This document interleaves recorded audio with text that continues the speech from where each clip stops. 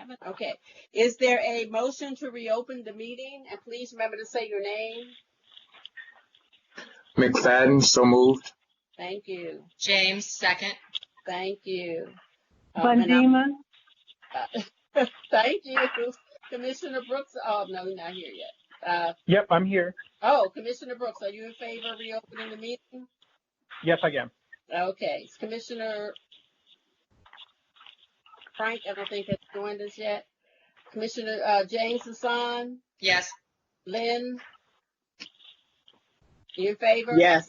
Okay. McFadden? Yes. Commissioner, I don't see Commissioner Reed yet. Okay. Richardson?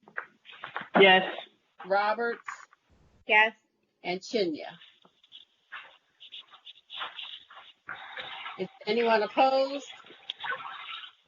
No abstention. So I have 8 in favor and 2 absent at this point.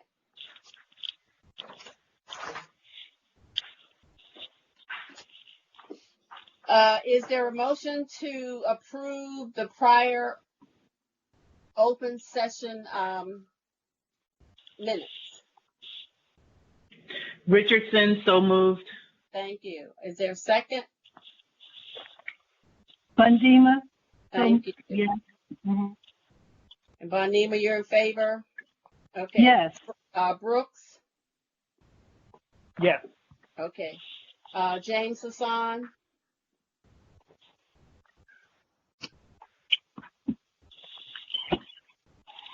Okay. Lynn? Yes. Okay. McFadden? Yes. Richardson? Yes. And Roberts? Yes. And I'm in Yes. favor. Anyone opposed?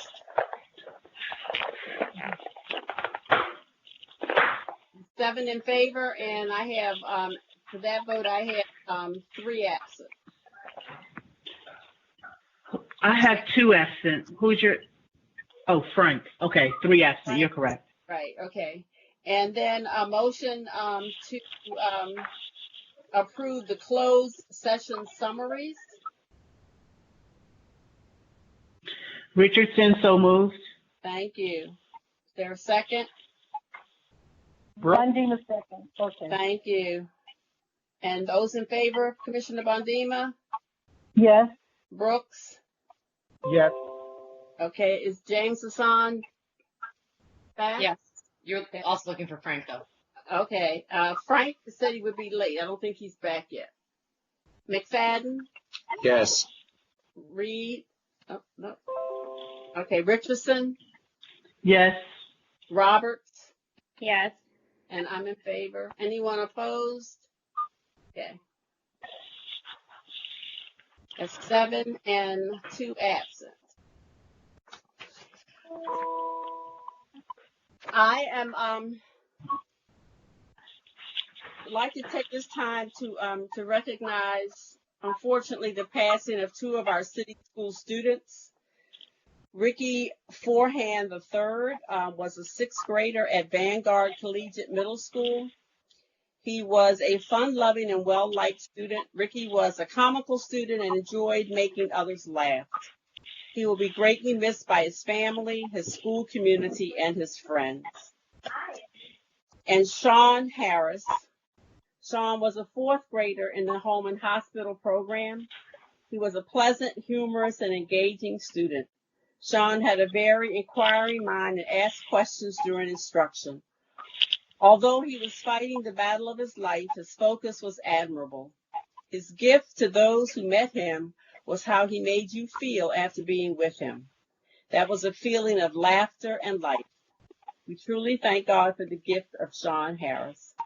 Please join me for a moment of silence as we remember Ricky and Sean.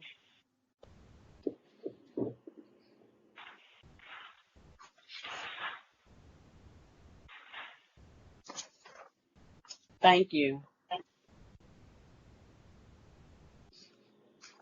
Just one couple of things I would like to just say to folks. First of all, thank you to to parents and to students and staff members and the community at large for your flexibility, your cooperation, and just everything that you've been doing to really try to help as we continue to move forward in what we do as a school system. I know for parents this week, starting last week was an exciting one as we began our distance learning journey in terms of how we deliver instruction. I know in some cases it's gone smoothly. In other cases, you've had some challenges.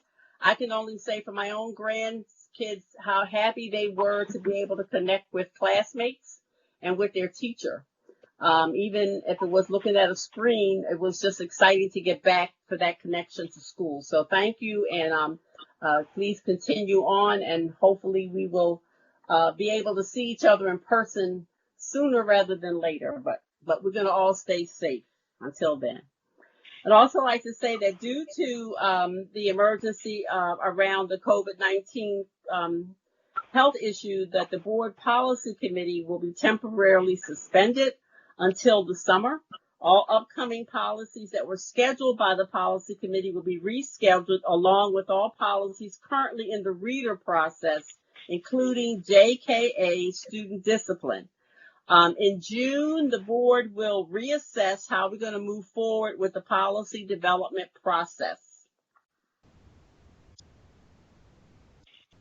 And at this time, I'm going to ask if there is a motion to approve the personnel, employment, payroll, the PEP, and the quasi-judicial matters.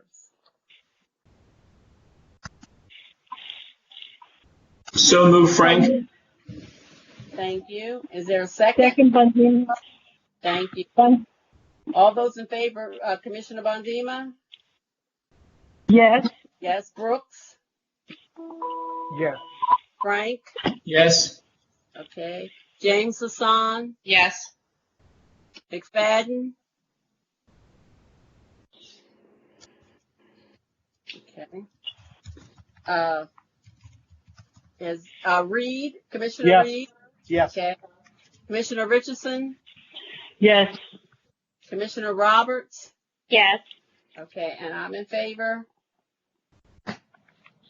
That's, anyone opposed? Okay, so I have 8 in favor and 1 absent. Madam Chair, I'm going to abstain from this vote. I'm sorry, 1 abstention. Okay, we'll change that. 8 in favor, 1 abstention, and that's it. Okay, no one opposed. Okay, I'm going to now review the consent agenda. Board colleagues, remember, let me know if you'd like to pull something from the consent agenda. And if you do, please indicate what your question is so that staff might be ready to answer those questions. First, I'm going to say item 6.01 is listed as consent. It is pulled. And that's an item listed as the emergency powers resolution. So item 12.01, social work services. Madam Chair, it's Commissioner McFadden. I would like to pull 12.01. All right. Yes. What's your question? It's not necessarily a question, but it can be. I'm curious to know how this is going to impact if we see this need for an increase in social work services. What is our plan long term? And I am aware that some of the agencies, I'm not sure if any of the agencies listed have non-compete clauses where they are unable to work beyond a year or something like that. I just want to gain some clarification around that. So those two things, both a long-term plan for sustaining our social workers within the school system. Also I have a question about the level of training that our external social work services social workers go through versus more internal, perhaps through city schools or through our unions. And Madam Chair, if I could also add a question to that, I was going to pull this one as well. This is Commissioner James. Go ahead. I'm interested in hearing from Dr. Brooks or someone else in the special ed department on how these social workers are going to be deployed as far as billable hours directly serving individuals with disabilities, or if they will be supplanting social work services in schools that are currently being provided for the general ed population. All right. Thank you. And this is Commissioner Brooks. Also was pulling this. So the question is, how much additional capacity does this provide? And sort of, do we currently have a gap in need in terms of new social workers versus the ones that are currently serving students? And I'm trying to get a sense of that number, and just trying to also get a sense of, does this provide us any additional capacity? And that would all be helpful information for me. And in addition to, I think what Dr. Hassan said, which is around around training and capacity building. Okay. Thank you. Item 12.02, Xanadu Publishing Incorporated. Madam Chair, it's Commissioner McFadden, it's Ronald McFadden. I'd like to pull that just for clarification. I know that the letter says, or the information that we received says that we're already in contract with Office Depot, which can and is supporting printing needs. I understand the idea, I guess, around increasing our options and making sure that that happens. But I'm just curious to know why we would, if we already have someone that has the capacity to do it, why are we increasing spending right now on another option? Okay. And this is Commissioner Brooks. I also had questions for that. I was trying to get a sense of, I had heard prior to a feedback when we were just getting in with the delivery of online packets. So I'm trying to figure out what exactly will they be printing? And then do we have a sense of the utilization of those packets? So if we're sending the packets home, how many have been picked up? How many have been actually turned in or utilized, or so that the teacher can sort of review that? So to try to get a better estimate on sort of what's the need and what we actually need to budget, and particularly around the return rate, especially if this printing is around school-related content. Okay. All right. Okay. One portion of what you're asking seems like it might be more of the update around what's happening versus the actual procurement. But staff, if everybody has heard that, please, if we can respond to that. 14.01. Madam Chair, this is Commissioner Roberts. I have a question for actually 14.01 and 14.02, since they're potentially, the same thing in a way. My first question relates to the contract terms that went into effect March 26th. Seemingly, we are looking to vote on a contract that's already in place. So I guess my question is, could we have potentially been notified and voted at the March 31st meeting? And secondly, I'd like to know, now that we're moving forward with centralizing the purchases of the Chromebooks, how does that affect schools that are moving forward or have already moved forward with purchasing their own?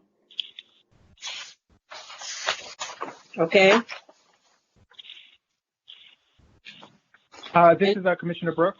I had a question about, so this looks like hardware. Are there any associated software costs to this, or would that be coming in a different procurement, or how are we getting the internal software pieces Do we need additional funds, or should we be expecting new items to pay for the internal software component?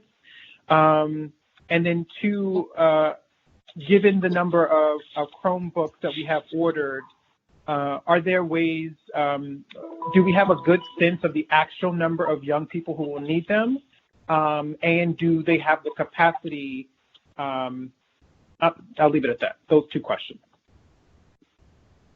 Any other questions? Okay, all the items have been pulled, so we'll be going through all of them.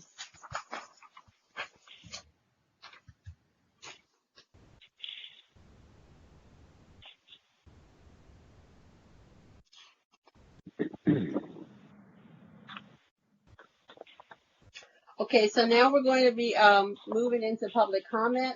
Speakers from recognized groups have had the opportunity, will have the opportunity to speak their normal 5 minutes.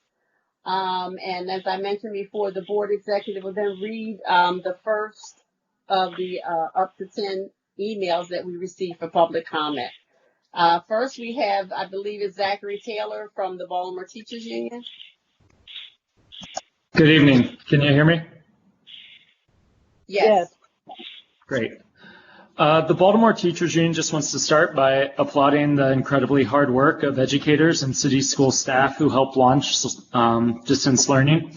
It's been remarkable and at times overwhelming to see how one extremely busy and intense week of training transformed into online classrooms, all while educators juggled the needs of their own busy lives. We have been excited to interact with our students again, and we want to thank families for their crucial support. While we have been eager to provide the learning opportunities our students need, educators and administrators alike need to be mindful that families themselves are going through a lot and are often overwhelmed with this great shift in how we're doing education. And we need to be thoughtful about the anxiety that comes with the new platforms and practices that make up this new version of the school day. The BTU also wants to signal its support and applause for the City Council resolution passed last night, calling for all students to have access to technology. This resolution was put forward by City Councilman Z. Cohen. He himself is a former Baltimore school teacher and BTU member. We are pleased to work collaboratively on this pressing issue, working to ensure that all students have a device and access to high-speed internet. We know this crisis exacerbates the existing inequalities that Baltimore City confronts every day, and addressing this issue is one of the many fights that is central for educational justice for students and families. And we also want to acknowledge and express our appreciation for the very regular calls and discussions we've had with the school system during this time, especially with Chief of Human Capital, Jeremy Grant Skinner, and Chief of Schools, John Davis. In many cases, we've been able to rapidly address questions and concerns, and we've also been able to collaborate on ways to improve communications for educators and families. We haven't always seen eye to eye, but during this time, it's reassuring to know that there's a place for these important conversations, and we know this need will continue. Regarding the emergency powers for the CEO, the BTU has several concerns and questions, and there's a lot of feedback right now. I don't know if everybody can try to mute who's not muted right now. That'd be helpful. So regarding emergency powers, there's highly unusual, and they raise concern for anyone affected by city schools. We recognize that the resolution upholds our union's contract and our legally protected right to negotiate our salaries and benefits, working conditions, including hours and planning time and so on. But what we're really interested in hearing from the board with greater specificity than the resolution provides is the reasons and the potential scenarios that require emergency powers, as well as indicating which specific board policies are candidates for possible suspension. The BTU has followed other Maryland school boards, and none of them, at least among those that are larger than us or about the same size, have pursued similar powers for their superintendent. And we've seen some superintendents outside the state gain increased authority to make larger purchases without first seeking board approval, perhaps for technology, but that does not appear to be the case or the focus of the resolution before the board tonight. The public, I think, would all be well served to know the perspectives of the school system and all the board commissioners regarding this issue. And we suggest a much more narrowly tailored resolution that clarifies the relevant scenarios that require such powers and policy suspensions. It is in this case that we could then, as BTU, provide a more meaningful comment. And in short, we and other organizations that work on educational justice in the city want to know why emergency powers are needed here when they don't, we don't see them elsewhere in the state. Under what specific conditions are these powers to be used, and which specific policies could be suspended? And we look forward to hearing you all discuss that. And then lastly, I just want to address, we heard several of the commissioners mention the social work contract. We also are concerned and note that it doubles the spending on contracted vendors for social work services. And we really want the system to work harder at hiring social workers directly. Going through vendors is needlessly expensive. We know it costs more. We know that we have to pay these companies an amount that guarantees them a profit. And we see significant attrition with these companies, and it leads to greater discontinuity for our students because of that attrition. And lastly, I just want to speak to the non-compete clause. I felt this personally at my school. We had a really gifted bilingual speech-language pathologist, and she was contracted. That's how she started with the school system. At that point, at the end of the year, she decided she wanted to work directly with the city schools, and she wanted all the benefits that come with it, the stability, the benefits, and wanted to make her career here.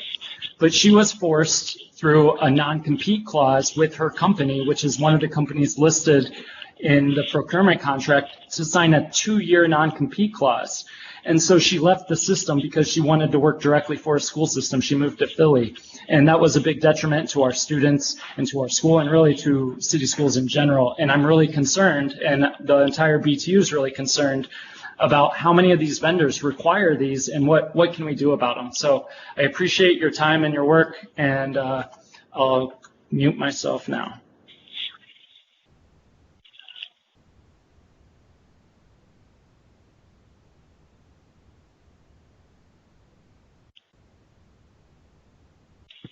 Linda, are you there? Commissioner Chin, so she had to switch to her iPad was having issues, so she had to switch the phone number, so she might not be back on yet. Okay, so Christian, I understand that the Parent Community Advisory Board is not going to speak tonight, correct? Yes. Okay, so can you move us forward with the public comment that you have? Absolutely. I just have one clarification for the public. And I'll own that one. The policy committee is meeting on Tuesday to discuss the upcoming calendar and kind of the prioritization during this crisis. But again, like I said, they will reassess at June 1st ways to move forward depending on how long the crisis goes. But they'll be meeting Tuesday just to talk about policies and prioritization.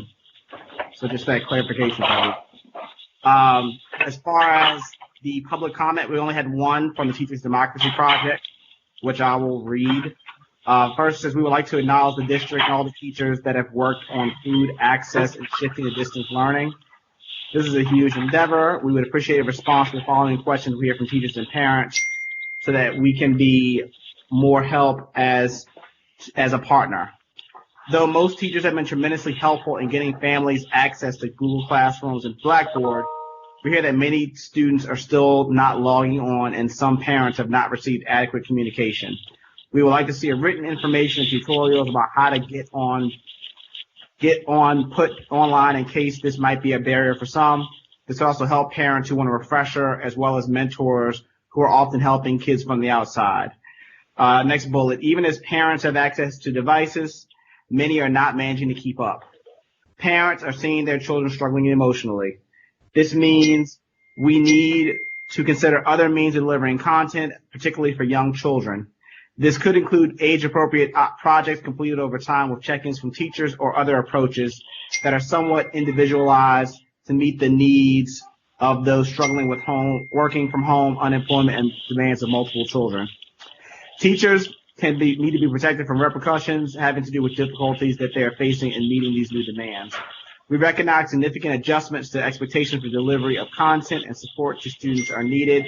We support the BTU and all teachers in their demand to be part of the solution and request that any new arrangement for instruction and timelines be discussed upfront with the union, be treated as a new policy subject to policy review guidelines, make allowances for teachers juggling their own children's sick relatives, not include repercussions that will affect pay, evaluations, or employment status, include time and resources for teachers to receive training and any new processes and support for best practices and new instructional techniques. We received a very helpful call from Monique and FCE today outlining the process for giving technology away. We would like to see this process and timeline detailed online as well so parents know what to expect. We would like to know what percentage of students are logging on and what is being done to reach those not logging on. We would like to help support families in getting acclimated to the new climate. How can partners help with reaching out to families? If there's already a decision about school being out for the whole year, parents would like clarity in the sense of the decision-making process. Finally, we would like to hear a report on how SPED is working and what the gaps are. How's the district handling IEPs, 504s, and 101s during the shutdown? And that concludes the comment. Thank you, Christian. I'm just checking to see if we have Commissioner Chinya back yet. Okay, I don't hear her. I think she's having problems with the with being muted. So if someone could help her get back on the call, that'd be great. I wanted to then next go into item 6.1. This was pulled and we okay. Commissioner Chinya says she can hear us, but I'm we looking can't for hear her. I'm looking for her phone number. I don't see it. Okay. So, Christian, should we go into 6.1 or should we go into the other procurement items first? Yeah, let's hold 6.1 for her. Okay. Okay. All right. So then let's start at 12.01 social work services. There were some questions from 3 of our commissioners. So is Dr. Brooks, has she joined us? Good evening. Can you hear me? Yes, we can, Dr. Brooks. Thank you. Good evening. This is Deborah Brooks, the Executive Director of Special Education, and I will be answering the 4 questions that were posed. The first question, what is the long-term plan? The plan continues to be to provide at least a 1.0 FTE social worker for our schools to be able to provide both the services that are identified on students' IEPs, as well as providing support to our general education students around mental health needs and supports for the students, as we've seen an increase in violence in the community, as well as providing additional support during this time of COVID-19, providing supports for our families, as well as for our students. The other question was around deployment so that we were not supplanting. We've been very strategic in making sure that as we're looking at the FTEs for those schools, those FTEs that are paid for out of special education funding, to be able to monitor and make sure that those staff are actually providing those direct and indirect services for our students with disabilities. And then those additional funds through our concentration of poverty funds, using those funds to provide those additional supports for our general ed students and families, providing those mental health needs for any general ed students that need those additional supports within the building, and providing additional supports for the school community at large. The question around training for our external staff as well as our internal staff, the contractors that are assigned to our schools receive all of the internal training just as our FTE social workers do. So any professional development that is provided for our social workers that are full-time employees with Baltimore City Public Schools, the contractors receive that training as well as all social workers receive statewide uniform code of ethics, code of practice, continuing education training across the board. So whether they're contracted or whether they're a FTE social worker in Baltimore City Public Schools. How much additional capacity do we need? And does this provide any additional need?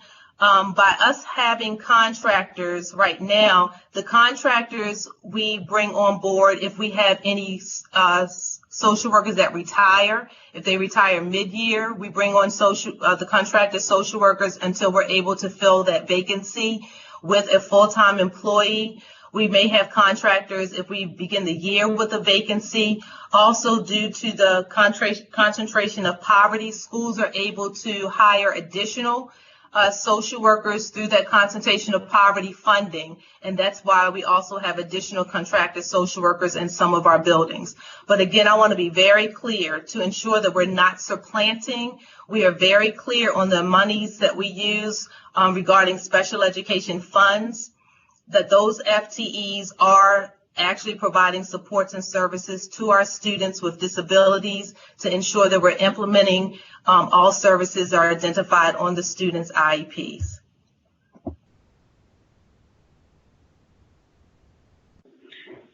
Commissioners who had questions, or do you have any other questions? We'll start with Dr. Brooks. I think I heard you speaking. Madam Vice Chair, it was Commissioner McFadden. Oh, I'm so sorry. Commissioner McFadden and then Dr. Brooks. Thank you. It's fine. Dr. Deborah Brooks, I want to be clear because we have two Dr. Brookses on.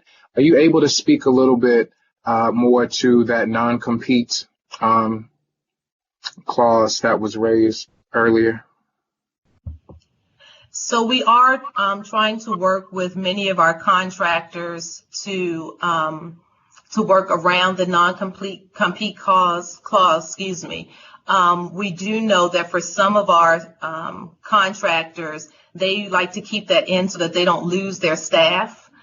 Because what does happen is, as the example that was given by our BTU partner, that there are staff that after they begin working with the schools would like to move over to the schools, and then the contractors, the vendors would then begin to lose staff. So we are trying to work with some of the vendors to try not to have that non-compete clause within. And so we are continuing to try to work with many of those vendors that we know have social workers that would like to join Baltimore City Public Schools as a full-time employee. Thank you, Dr. Brooks. And the new vendors outside of the vendors that we previously used, can you talk a little bit about those companies and how they were selected? So some of the new vendors that have been selected, we've had experience with some of those social workers. Our supervisor of social work and our coordinator of social work are very familiar with some of those social workers because of professional developments and webinars and trainings that they have worked with those staff outside of the school system. And so they've been able to communicate and talk about what we're doing within our school system. And so they were very interested. Again, as we begin to talk about the non-compete clause, trying to see if we can have more of those staff join us because they were very interested in the work that we're doing around the whole child and providing mental health supports for all of our students.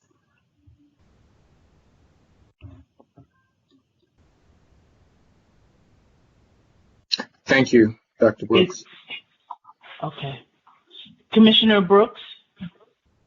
Thank you. So Dr. Brooks, thank you for the update. Could you talk a little bit about the capacity? So my issue was I was curious as I was reading, like, is this an additional capacity to provide, to fill a gap, a need of services?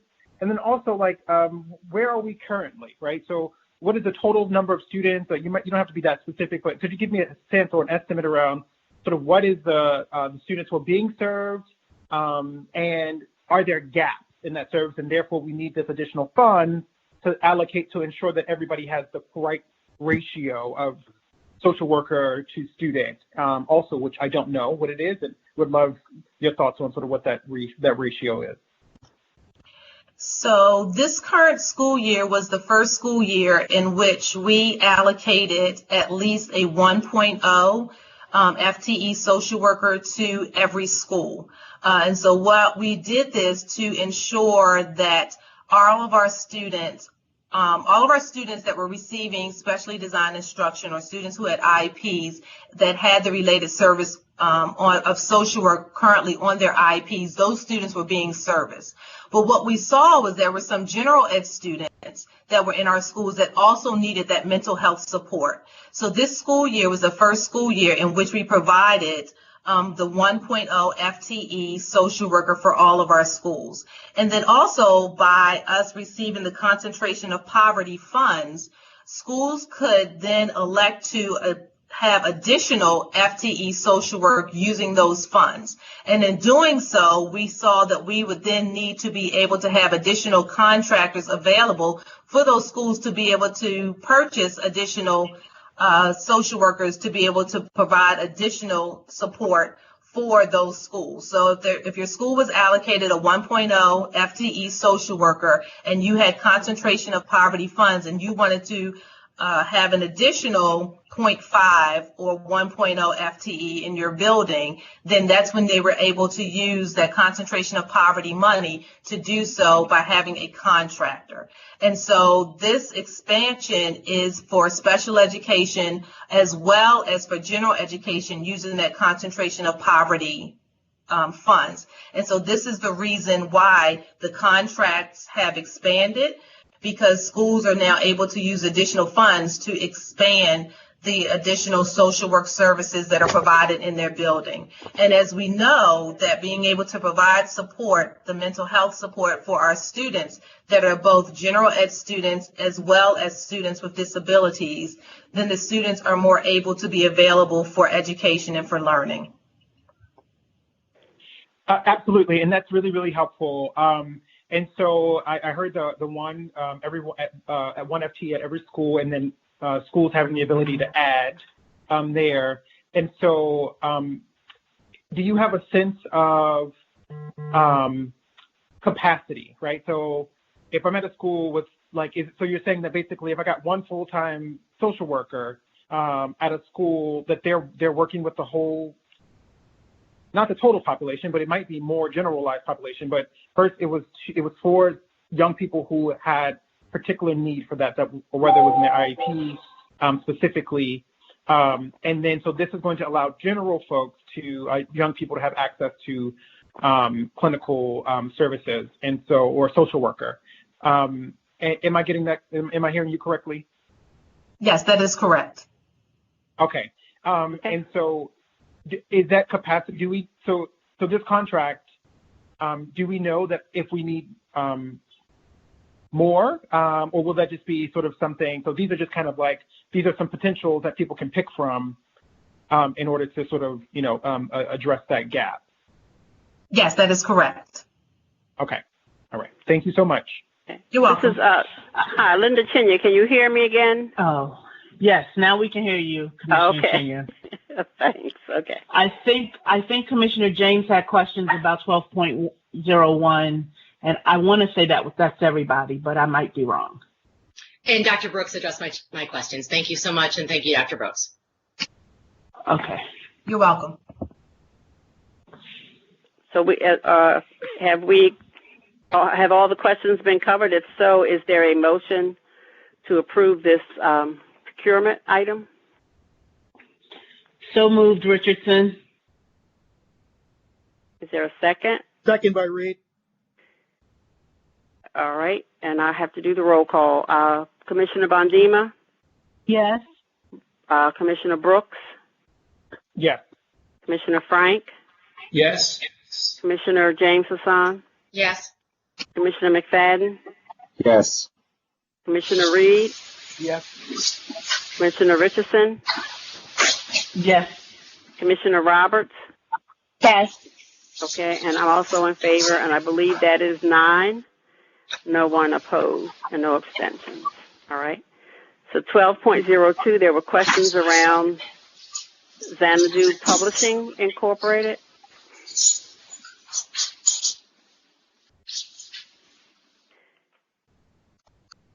Do we have Yes. staff person there now? Okay. Hi. Thank you so much, Commissioner Chinia. This is Casey Mengel, Special Assistant in the Chief Academic Office.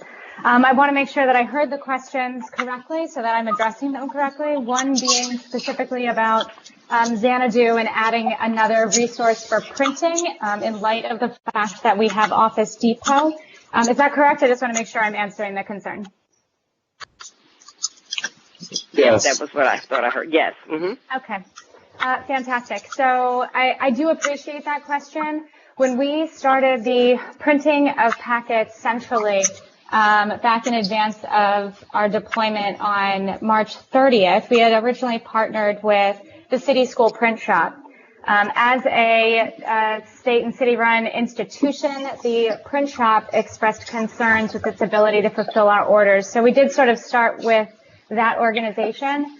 Once we realized there were going to be some capacity and timing issues, we started partnering with Office Depot, and we're exploring additional opportunities simply so that we would be able to fulfill not only the printing need and the timeline that we face around printing, but to make sure that we were nimble enough in order to ultimately meet both the need of the staff having to develop materials in a timely way and the need to get them distributed out to schools. So in last week's distribution as well as this week's distribution, we've partnered with Office Depot. Timing was such for the team internally developing packets that going with, for example, Xanadu for the upcoming distribution on the 20th was more timely. We could meet their timelines better. So again, we were just making sure that we have options in order to maximize our ability to get the printed materials out into the field.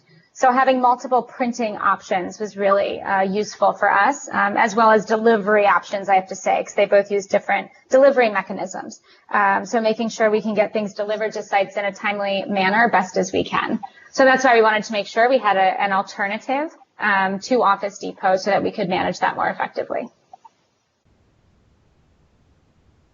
Okay. And this is I'm sorry. Go ahead.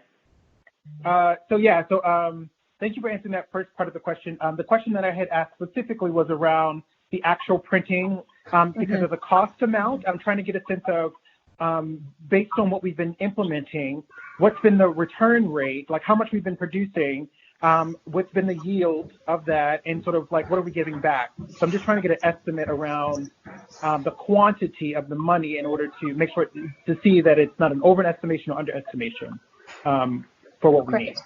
Great, Commissioner Brooks, thank you so much. I appreciate that. So in general, I want to, when we first started printing centrally, we based our initial guesstimates around the number of packets needed based on that initial week of distribution when our schools really led that effort in distributing their packets. Principals gave us some valuable feedback on about the proportion of students that they had come up to their schools in order to pick up packets. So we started with an estimate of about 20,000 packets to be distributed across these 18 sites.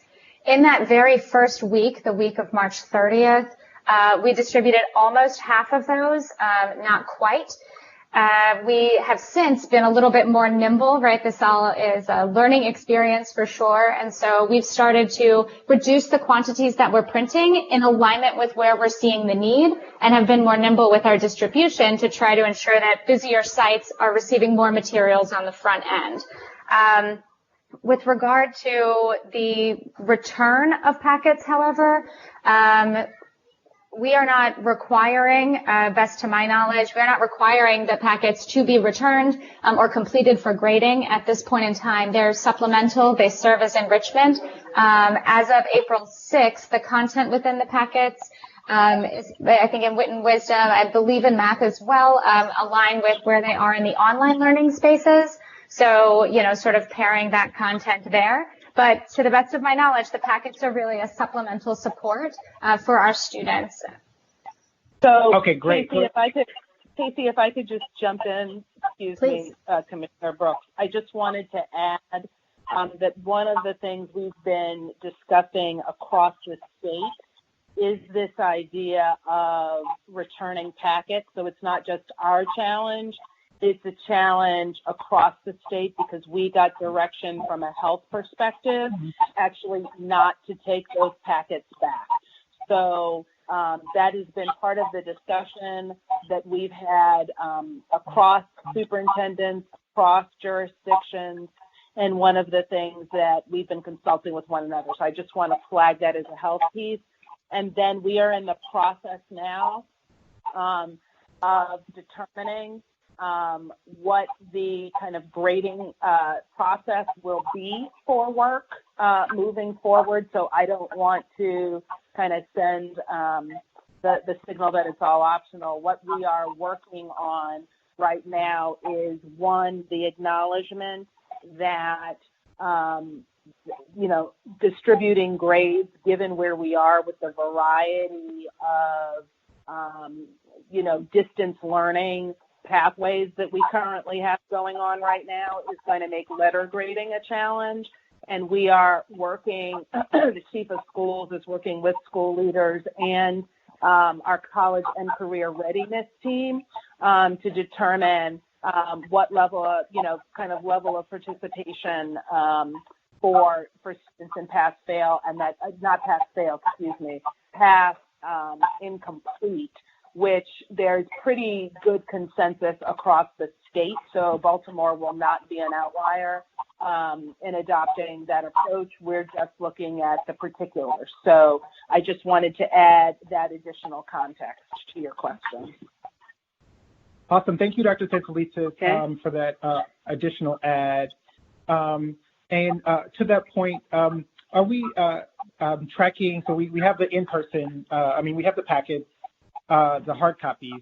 Are we tracking the clicks or downloads from the website, the virtuals, so that we can get a comparison between how many folks are actually downloading the packet virtually versus some of the ones that are picking up in person? Okay.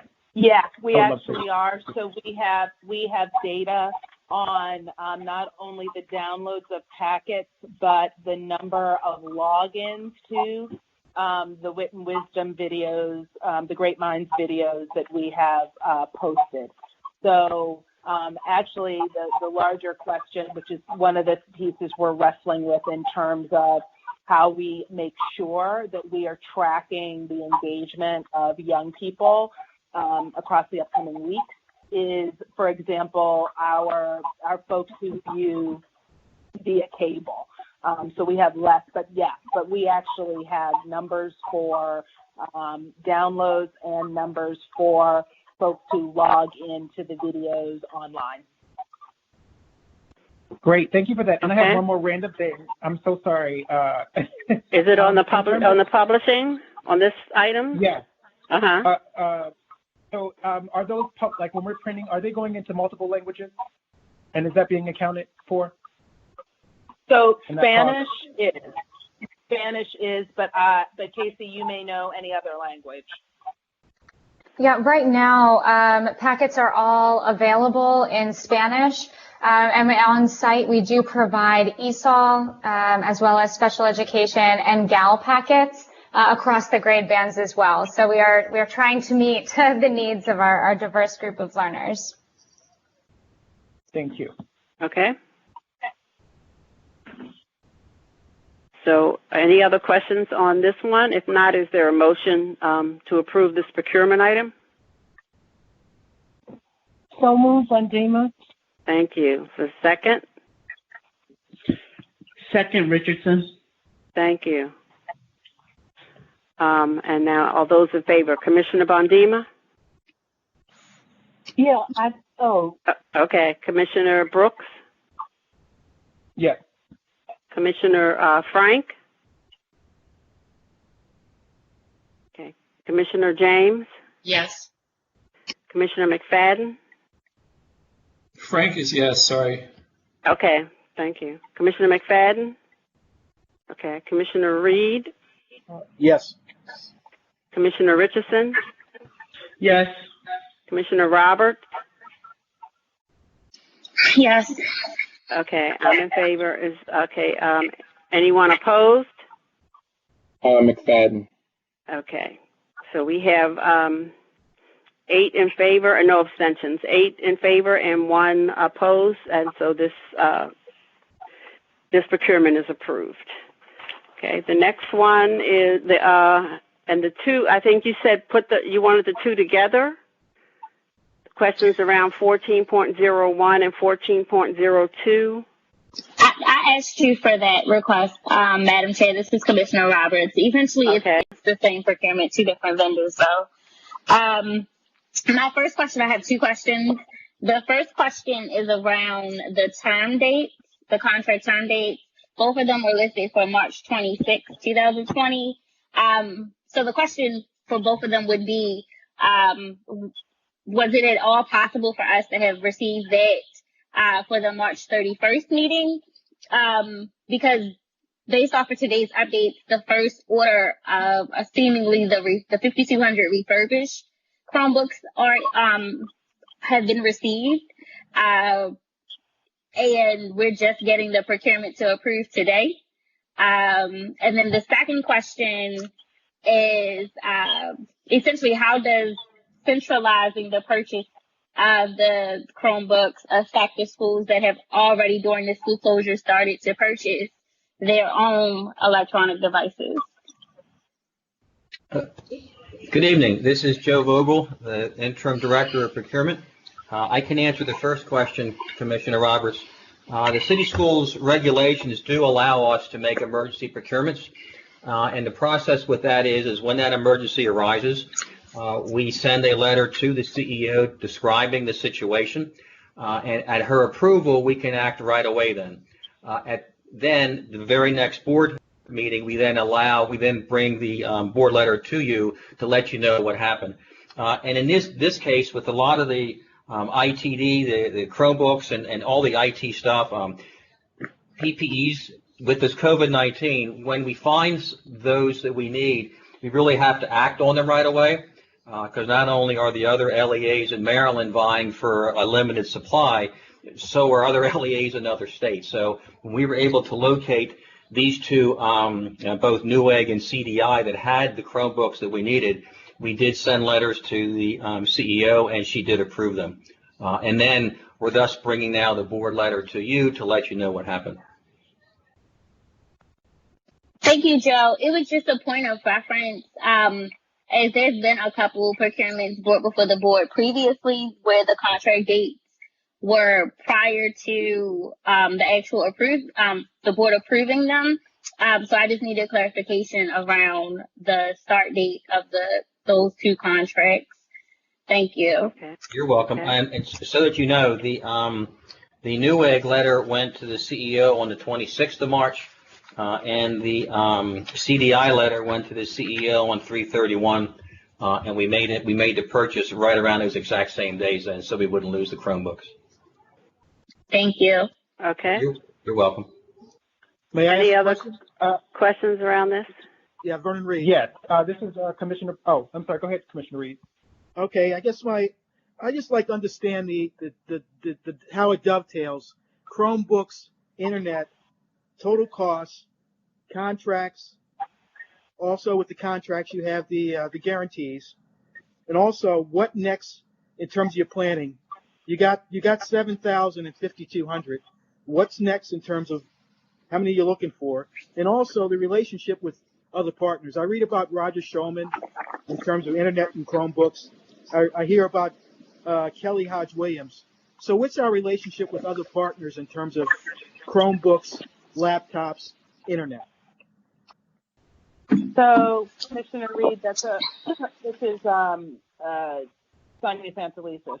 So that's a really good question, and I think part of the place that we're in now, to your point, now that we know we have secured a substantial enough number of Chromebooks to be able to ensure that our juniors and seniors in high school, which we've targeted as our first priority, and then subsequently our high school students, will be covered. I think the place where we are now is actually taking account of what the next phase will look like. And so, number one, and you're right to call out, the Fund for Educational Excellence has been an amazing partner, frankly, as usual, in being able to steward and shepherd a lot of the donations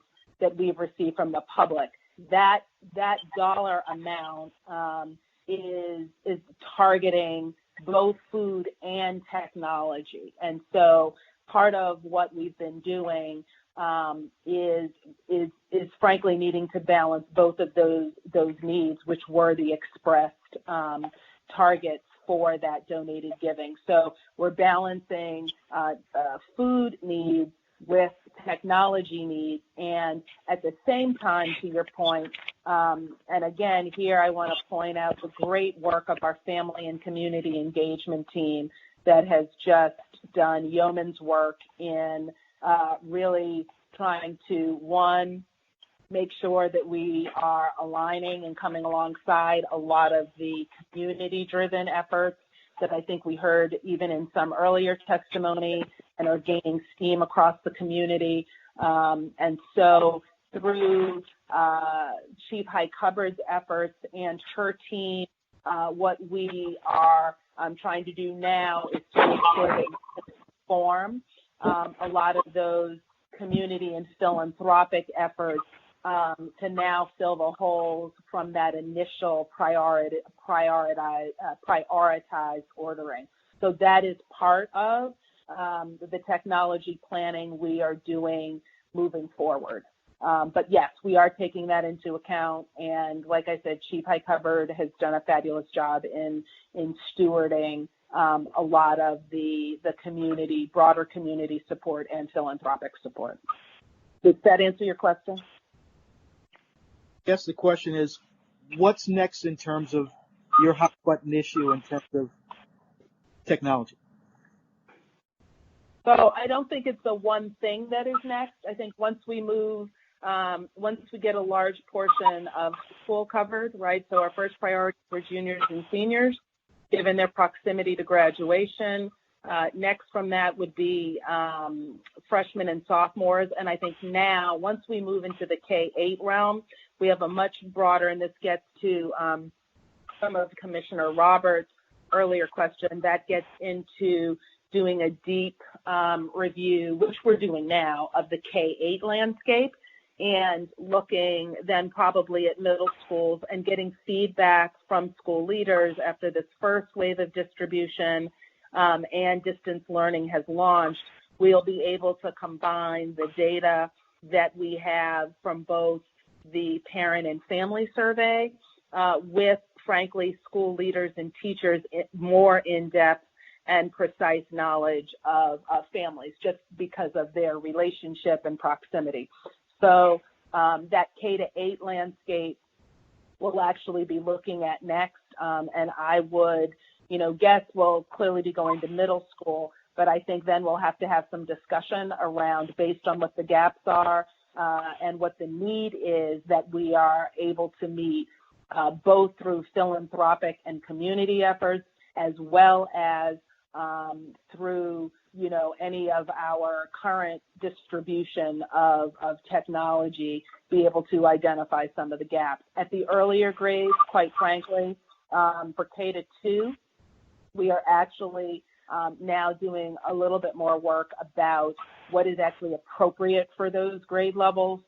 There's a lot of consensus, even amongst colleagues and school districts and schools, charter school networks as well, across the country. And I've talked to both charter operators as well as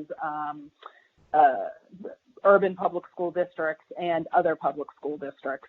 And the consensus is throughout that with K-2, we need to be a little bit more deliberate. Is it tablets? What skills are more appropriate? So I was part of a discussion last night that actually was saying that for early reading, some of the best targeted work is actually on early reading skill development. But some of the other skills we want for early learners, maybe not as much. And so I think we have, for that round, for that band of students, we're doing some more in-depth look. But at this point, I would say that's what the landscape looks like. And the more targeted donations that we get, the better we will be able to assess what the kind of final need might be for reallocation of city schools district dollars. And Dr. Sandelises, this is Tina Highcover. I just want to add to Commissioner Reed's question that we have several partners across the city who have good intentions and want to support us in our technology drive. I will say that we have a difference between refurbished devices that we are sending out to a couple of different partners to work through getting those refurbished and out to families versus Chromebooks that are purchased that are district inventory that we're loaning out to students. We appreciate both, but we are coordinating a myriad number of partners. I've provided 5 presentations in the last week to different partner groups to encourage them to support us not only financially, but also through donations. I would also add that another technology priority is getting internet access. We had Comcast Internet Essentials, who was providing our students and families across the city with 2 months free internet access. And we appreciate that support from that partner, but we are also looking at longer term strategies, which could cause additional cost for how we provide a network of internet out from our schools. And we'll report more on that when we come, but that's another priority for us around technology. Thank you, ladies. Thank you, ladies. Are there any other questions on these 2 items? Madam Chair, my second question wasn't answered about the centralized procurement and how it affects schools that have already started purchasing their own devices. Yeah, I'll be honest with you, Commissioner Roberts. I'm not sure we have a full kind of policy or way to operationalize that right now. There are schools that prior to the COVID-19 driven closing had made deep investments in technology already. And there are those who, because of budget size and other priorities, are much further behind. I think that is part of the assessment, and I don't think we have a definitive answer for that as of yet.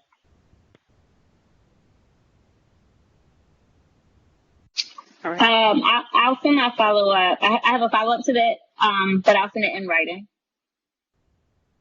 Okay, and I would say that that's probably going to be a part of the conversation in terms of what a plan will be going forward. Would be the centralized versus the site-based purchase of some of the equipment. Okay. Any other questions around the 2 procurement items? If not, is there a motion, since these 2 are basically around the same thing, is there a motion to approve 14.01, 14.02? So moved, Richardson. Okay. And is there a second? Frank, second. Okay. And I'll go down the roll. Commissioner Bondima, those in favor. Commissioner Bondima. Okay. Commissioner Brooks. The Bondima, did you hear me? Yeah, no. Are you in favor? Okay. Yes. Commissioner Brooks. Okay. Commissioner Frank. Yes. Commissioner James Hassan. Yes. Commissioner McFadden. Yes. Commissioner Reed. Yes. Commissioner Richardson. Yes. Commissioner Roberts. Yes. I'm in favor. Anyone opposed? Or abstained? Commissioner Chinya, Commissioner Brooks has a question, but his volume is not working. So if you can hear me, Commissioner Brooks, can you text me your question and I could try to ask it in your place? Otherwise, we need to move forward with the vote.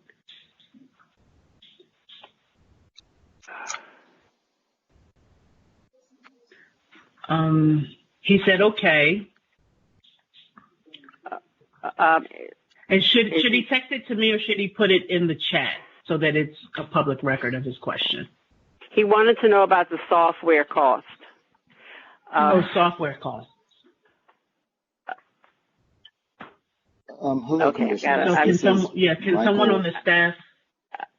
This is Michael Radding. I'm with the IT department. I'm the director of IT customer care, so I can respond to the software question from Okay, the thank you. commissioner. Certainly. So I think the question was whether there was additional software costs that weren't included in the board letter.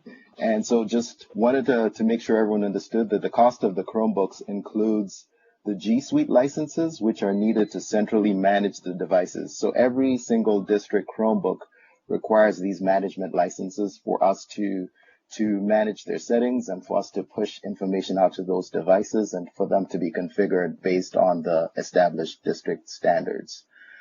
So something that is not included in the board letter is there's an additional cost for our vendor, the partner daily computers, to receive the computers, image and configure them, and install security and filtering software. So there's additional software called GoGuardian that includes content filtering software to ensure compliance with the Children's Internet Protection Act, CIPA, to protect young people from harmful online content. So daily was not included in these board letters because we already have a board contract for technology and related purchases, and that was what was exercised as part of this procurement for these devices. And so all the devices are being shipped from the two vendors, Newegg and CDI, to Daily Computers Warehouse, which is local to us. They are going to then do the necessary computer imaging and configuration. And then based on our rollout schedule that we've been working on with schools, they're going to deploy the devices a day ahead of the deployment of the devices at school sites. And so what they do is they help to bring capacity because we're able to very quickly deploy the 10,200 devices that we procured through the two vendors using the additional capacity just in terms of resources and in terms of things like transportation to get these devices to where they need to go. And then just because of the short turnaround time too, they're able to very quickly receive them, verify that all the devices work as they should, and then install the necessary software that I just described out to the field. Thank you.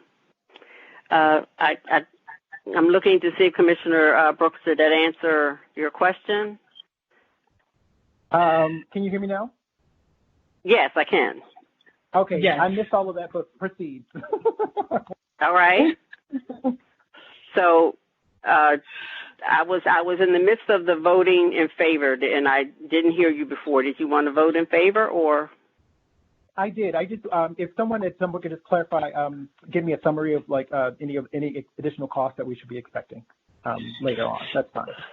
So he said we already have a contract with the software company that for the software that will be installed on these Chromebooks when they come in. We already have a contract with that company. Right.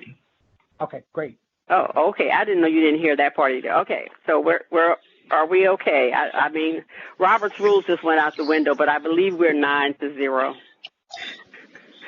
No, someone didn't vote. Did everybody? Yeah, everybody voted. I didn't hear Brooks? Commissioner Okay. Brooks. Right. Okay. Gotcha. Yes, I'm in favor. All right. Okay. So I believe we've gone through the procurement. I'm going to go back now to the item 6.01, which is the emergency powers resolution. And just as although it's been posted, just as a overview in terms of this, the resolution came as and in fact, a couple of our procurements tonight were showing some of the issues. And although I know we have a policy around emergency procurements, there are lots of things that have come up quickly with this COVID-19 emergency. And so this proposal, which is coming, is really sort of looking at that and has proposed to, and again, I'm actually going to do the reading of the resolves from the proposal. To the extent authorized by federal and state laws and regulations, the board would delegate to the CEO temporary powers to address the COVID-19 emergencies. This would, temporarily suspend board policies or provisions of board policies that would be necessary to comply with guidance from appropriate health or governmental authorities or necessary for other effective responses. It would be authority to take lawful actions necessary and related to combating the COVID-19 pandemic, which might include things like to ensure the continuation of public education, to provide for the health, welfare, safety of students, employees, volunteers, and vendors in schools, or respond to directions from appropriate health and government authorities. There are lists of things that might include, and some we've already seen, some which involve canceling or modifying activities, protecting the school property, and some of these have already been mandated to us. Adjustment of scheduling, modifications for delivery of methods of instruction. Also, that the CEO is directed to keep the board informed of any actions that are taken under this emergency authority by providing a written report to the board as soon as any of these should happen, the circumstance should happen. These would be updates that would be available. And also that the CEO will provide verbal summaries at each of the board meetings, which we have been doing in terms of updates. And that these powers are temporary and they would be in effect for the duration of the governor's declaration of state of emergency. At the end of that, these powers would end. And again, I'm just stressing that all of these would fall within, would be subject to current laws as well as contracts that might be, or a contract that might actually be in effect. So that's the resolution, and so I'm going to open it up for discussion from the board. Madam Chair. Yes. It's Commissioner McFadden. Thank you. I'm trying to wrap my brain around the need for this particular resolution. I took a look at policy DJA, the regulation which extends the CEO's authority in making emergency procurements. It's already here, and as we saw today, those things have already happened. A matter of being updated on things having to happen in an emergency or in a crisis such as this, they seem to already be happening within the scope of what already exists within our policies and within our laws that govern us. I'm not 100% clear on the need of having an actual resolution to do this. I also raised a question a few days ago on how the state board perhaps is handling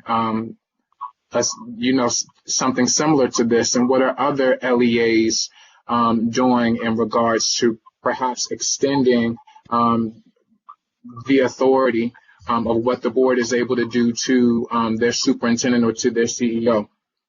I would imagine that if the board needed to go into special session to vote on something that was emergency, I think that we all would be able to do that. So I'm not 100% clear and actually comfortable with this resolution because I would like that clarity, particularly with the back end. What's the state board doing? What are other LEAs doing in similarity to this? And what is the true need in us creating this resolution if we already know the type of interaction that we currently have with our CEO and what our current laws say? This is Joe Strait. Can you all hear me? Yes. Well, Yes. Joe, Okay. Joe, before before you answer that, I just want to piggyback and in your answer, can you just give us a for example, right? Because a lot of this is like lawyer speak, and I just want to know, for example, what are some of the conditions that would call for her having to make a decision that she can't get to the board in time to do? So thank you for your answer. And partially also, we're not looking at any additional policies until, as Commissioner Chinya has already stated earlier with the policy committee, we're just meeting to plan next week, but not to review any policies. Policy approval really pretty much has been suspended until we're able to function a little differently. So I just wanted to add that, Joe, before you made your comment. Sure. So we have about 120-ish policies on the record, and per policy, the compliance component is reporting out on things. So for example, we have the financial disclosure policy, which requires principals, other school-based staff, central office staff to complete this document. So basically with this powers, we would be able to postpone that without having to have a formal request to the board. So it's things like that where it's going to be very difficult in this time where we are out of our offices and out of our schools to do. So that's just one example, but I think a lot of it is just like so that we're not breaking our own policies by violating compliance components to it. I don't foresee there being a lot of things that pop up that, decisions are made without consulting the board. I think with all, due respect, we will try as much as possible to bring things to the board for vote if they need to be brought to the board for vote, but just smaller things. And I need to work with the board executive as far as a reporting component, like whether we can make those documents public anytime we decide to waive or postpone a policy. But it's things like that where we don't want to violate our own policies because of the situation that we're in. And this is Christian again. This is Bundine. Okay, go ahead. What? Oh, this is Christian. I was going to add a piece. Another good example would be our appeals and hearings policy. Technically, student appeals are to be decided in 45 days, and we're able to get a date. But there's a lot of timelines in our policy that, again, this more guards less to making new policy, but more guarding against the board violating its own policies because of the COVID-19 emergency. So, Christian, this is Commissioner Brooks. I think, excuse me, I think Commissioner Bondimo was next, and then I will come to Commissioner Brooks. Okay, thank you. When we evaluate what's happening right now with the emergency that's going on right now, and the fact that we have placed confidence in our board chair, and we have reviewed many emergencies that have happened, but I don't think we've ever been at this point. I think that I'm really, after reading this document, at first I wasn't comfortable with it because different things can occur, but there are situations that we have to understand that we have to move quickly at times and allow the CEO, the board chair, to approve emergencies, and the emergencies that they will approve will come back to us for us to evaluate if it's done before we approve it. So this is a very touchy situation, but I've seen situations like this before, and sometimes we do not have enough time to get information to boards before it becomes another situation. Okay. Thank you. Commissioner Brooks? Yes. So I have a couple of concerns about this policy, particularly around compliance. If compliance is the issue, I feel like this document is so broad, it does not go into specifics. And I've only heard, can you hear me? Yes. Okay. And so I've only heard two examples, in which case, which was around timeline, and then also trying to get additional information or documentation from our financial compliance or disclosure forms. Those two examples, while I think are important and to be mindful of, don't seem to, for me at least, to register the need to give over that particular authority. As Commissioner McFadden had already stated, it seems like we have an infrastructure in place, a policy in place that allows the CEO to continue to make decisions that are necessary during a moment of crisis. And so I'm interested in, so I just kind of wanted to put that out there, but then two, also to flag that in this process of even thinking about a resolution, I would have appreciated much more of a heads up than a comment made in our last prior board meeting that stated that, oh yeah, we might need a resolution. But that I want to be a part of the creation of something before it goes into just kind of materializes and to try to get feedback on that. So I have a bit of an issue not only with the unilateral, the blanketness of this document, but then also even if its exception. And I would love to hear some commentary about sort of how that decision making went. Commissioner, I will also say that just as has been noted by Commissioner Bondima and everyone in terms of the things that have happened so rapidly, and a time that is very different than any that we have ever experienced, that is probably why there's an amount of discomfort about how this came about. It was mentioned at the previous meeting. We did, some of us who have been following what other districts have done outside of even Maryland have seen where folks have felt it was easier or it was expedient to be certain that everyone understood the flexibility that was being given to a superintendent or a CEO during this time. And so that's why it moved the way it did. This is not the norm. This would never be the norm. We can talk about being certain that the norm follows a certain process, but this is very similar to the COVID-19 situation. So that's the reason. And it really is in terms of not having to continuously call. There are things that are almost happening on a daily basis that need to have some decisions made. I understand that we have some policies in place, and but we also have examples where, in some cases, we don't fully understand them, such as the emergency procurement we had, today. This is Linda talking. This is some comfort and assurance for the CEO to know that making those decisions is supported by the board, and that the board will get a report on them, but that if a decision needs to be made quickly, it can be made quickly. That's really the basis for the resolution. Can I ask the question? Go ahead. I had a question first. Madam Chair? Yes, Commissioner Reed. I'm directing this question to you. As chair, what is the emphasis for you to say we definitely need to do this?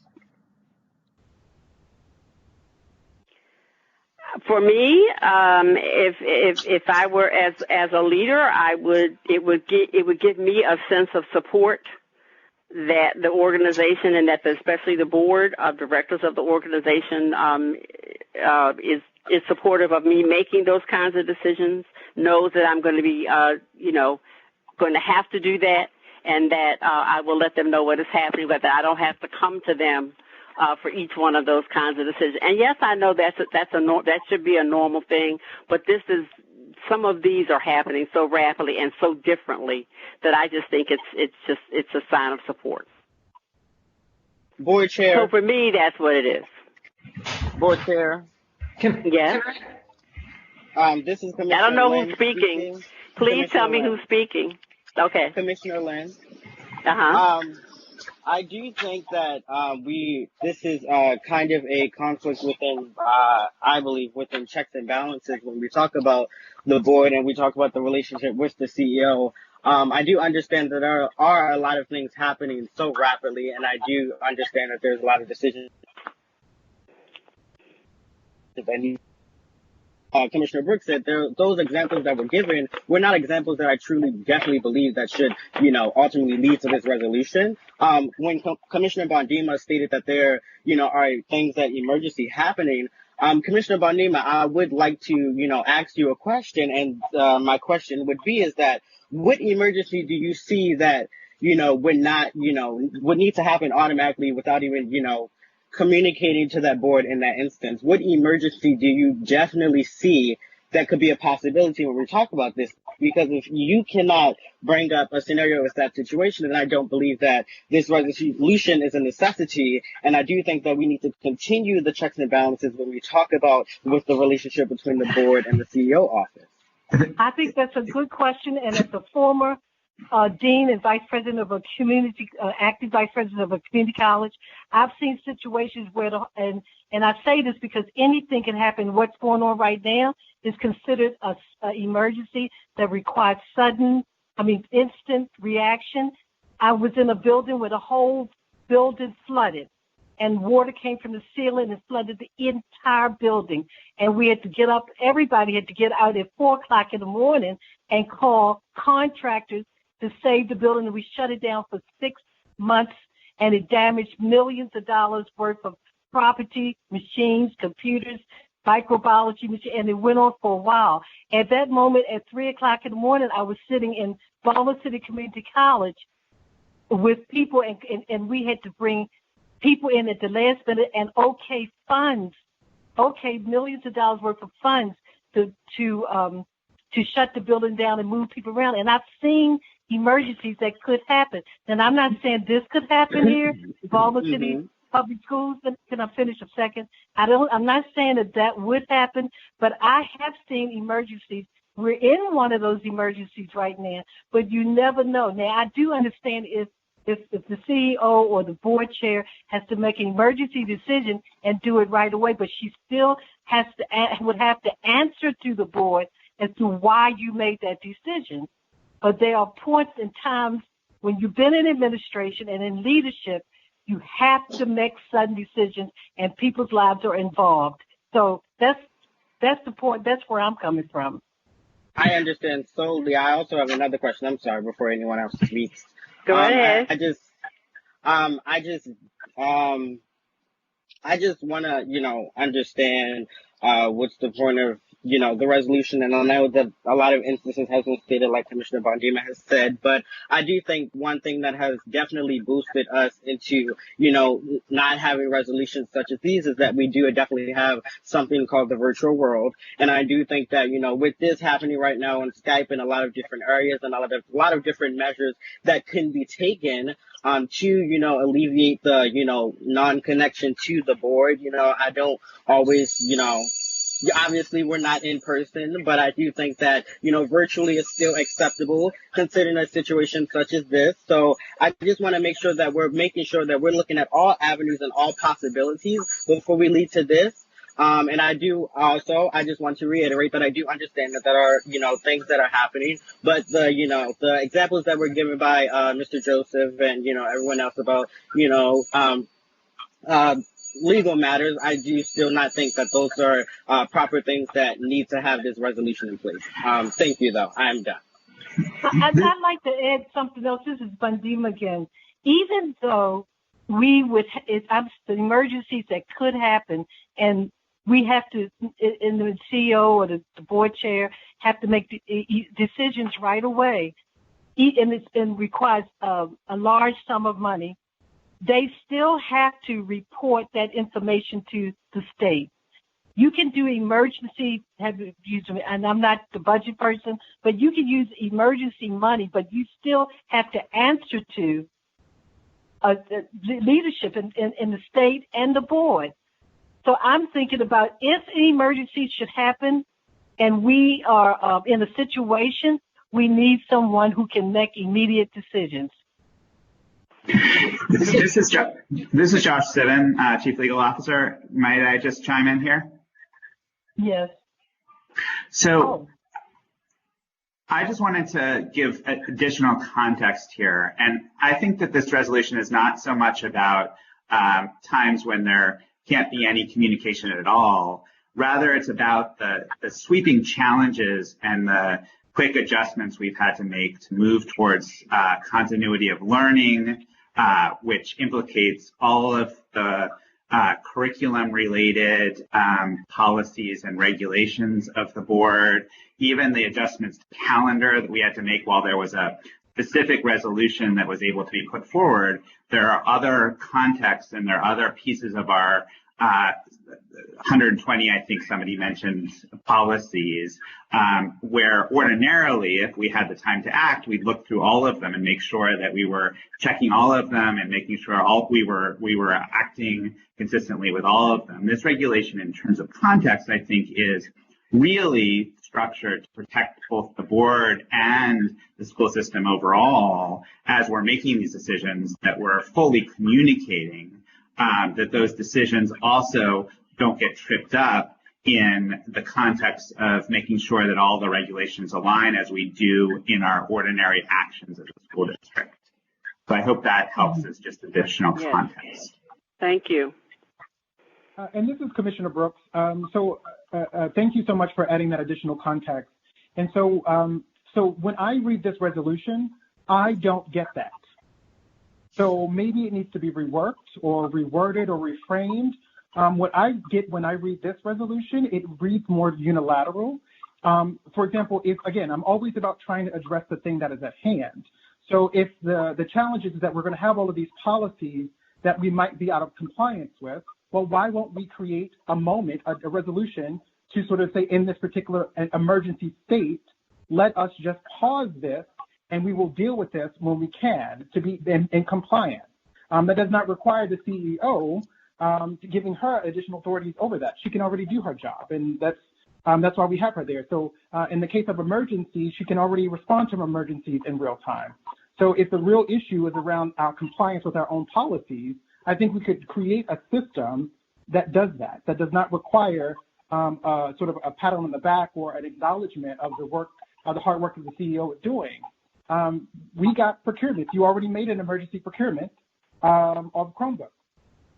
That came to us today, and we were able to adjust. And so if Dr. Santelises had made a decision, like that was a great decision in the time that we knew we were going to need additional Chromebooks. That's a great example of things are already operating in an emergency space. So I'm just unclear as to why we would need an additional policy to acknowledge something that she already has capacity and power to do. Okay. Madam Chair? Yes, I respond to the one, and again, this resolution is not a policy. So I think in some ways what you just said actually it does describe what the resolution says. Is simply that it's an acknowledgement that it is an emergency time. It's an unusual time and things might happen, and that we made so that we would know not to be looking to policies to see if everything was in compliance or not in compliance. So this is not a policy. This is simply a resolution, and it has a definite end date to it. This is not overarching forever. But I don't know who the next person. I heard a voice, but I didn't get a name. Commissioner Frank? I'd like to speak after Commissioner Frank, please. Okay, Commissioner Frank, and then who is that? Commissioner James? Hazan? Commissioner Richardson. I do have okay, Commissioner Frank Richardson. and Richardson. Okay. Some questions and then some comments. The question is, we've heard that we believe that we already have this authority in emergency procurement, but I think this goes much beyond that this is much broader than just the powers that we saw today that were shown in the ability for the CEA to approve a procurement. But so this is broader than that. I don't know that we don't have powers that go beyond the purchasing, I think. But I'm generally okay with this emergency authority. I too wish we had a part more in its creation. But I just believe we're in unique times, and this is something that will allow our leadership to spend more time in the classroom on technology issues, on food distribution, on budget issues. I think we've built up a level of trust with the CEO, and that should be considered, and that this will not be abused. One question or one suggestion I have, I know there's a lot of concern about this, but the question is in its duration. Does it need to have a duration that goes coterminous with the governor's emergency order, or is this something that could be revisited at each board member, so that at each board meeting, so that we can sort of monitor its implementation and implications? I thought it did have a term that was just for the. Is that what you were asking? Well, the way I read it, the term was coterminous with the governor's emergency declaration, and I'm suggesting that our approval of this could be short of that. It could be from board meeting to board meeting as we get the reports and we evaluate its implementation. Well, I believe, Mr. Frank, this is Christian. I believe, though, there is it also says that it could be rescinded by the board upon a majority vote. So I think the board could at any meeting decide to take a vote and rescind this authority. So I don't know if it would need to be a standing item, if that makes sense. That's helpful. Mm-hmm. Are you done, Commissioner Frank? I am. Okay. I just, I'm hearing both sides of this argument, and I do understand. The first thing that I want to say to our CEO is that this dialogue in no way means that we don't support you and that we don't respect the work that you've been doing already. So I don't want you to hear that from this exchange. I think that this is an example of just timing for our board and our board members wanting to kind of see things a little bit more in advance and be able to rest with it a little bit and then respond. And so I want this idea to pass, right? But I don't think the way that it's written, I don't think that it's going to be a positive result today. Perhaps we could take some more time. And I know that we're in a crisis and we're in an emergency, but I want the board to hear that it is important that we cover ourselves. And that's really what this resolution is trying to do, is that when we don't have time to dot the I's and cross the T's because of a timeline that's inside of our own policy, that we need to be able to work around that because we are in a crisis. So perhaps the language needs to be more explicit in that regard. And so I'm wondering if we could just table this, take another stab at the language, allow the board to see it, and then come back in terms of a vote. So, Jeanette, Commissioner Richardson? Yes. I'm willing to vote yes for tonight. I'm speaking for Vernon Reed. I don't know who that is. Vernon Reed. So is Commissioner. Oh, okay. Vernon Reed's ready to vote yes tonight. Okay. This is Bundima again. And I agree that the document can be reviewed again and maybe make some changes and some additions. But I am like Senator Reed. I mean, Senator. Talking to Senator Commissioner Reed. Commissioner Bundima, you're breaking up really bad. Like we can't hear anything. You can't hear anything? Okay. I can hear. Can you hear me? Okay. What I'm trying to say is that I am. Can't hear you. All right. You can't hear me? Disconnected. Can you hear me? Yes, some of us can. Go ahead. Okay. I just want to say that I think it's very, very important, especially with the situation that we're dealing with, that things could get worse, and I hate to say that, and I want to make sure that in case of a real emergency, which is where we are right now, we can deal with the emergency and come back and review it later. Commissioner Chenya? Can you hear me? Yes, I heard. I is will. Commissioner Chenya on the line? Yes, okay. Commissioner Lynn, just a moment. I was going to say what Commissioner, for those who didn't hear Commissioner Bondima, she was saying she felt like we could deal with it now and then come back. I believe that's what I heard her saying. Come back in terms of review. But because of the emergency situation, not to put it off. Okay. Exactly. Okay. All right. Now there's also the option of the voting on the spirit of the resolution with some recommended edits to be done.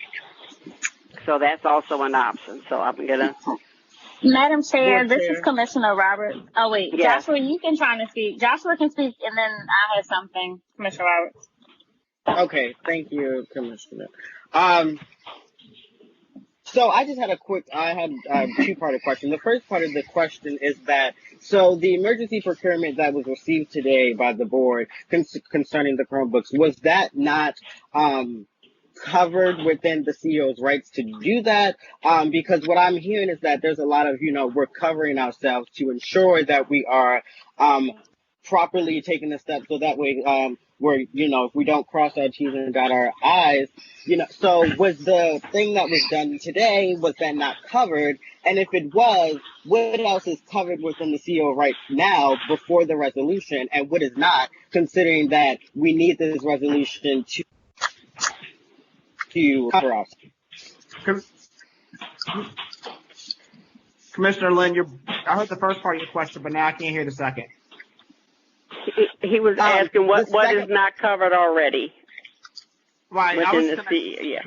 So the first, Commissioner Lynn, this is Christian. So the first part of your question, as Commissioner McFadden mentioned, in policy DJA, there is explicit authority in the regulation around emergency procurement. We do not have counterparts in our other questions. So that's why the procurements are treated differently. And that's also why procurements are not part of this resolution, as in there's already emergency authority to the CEO.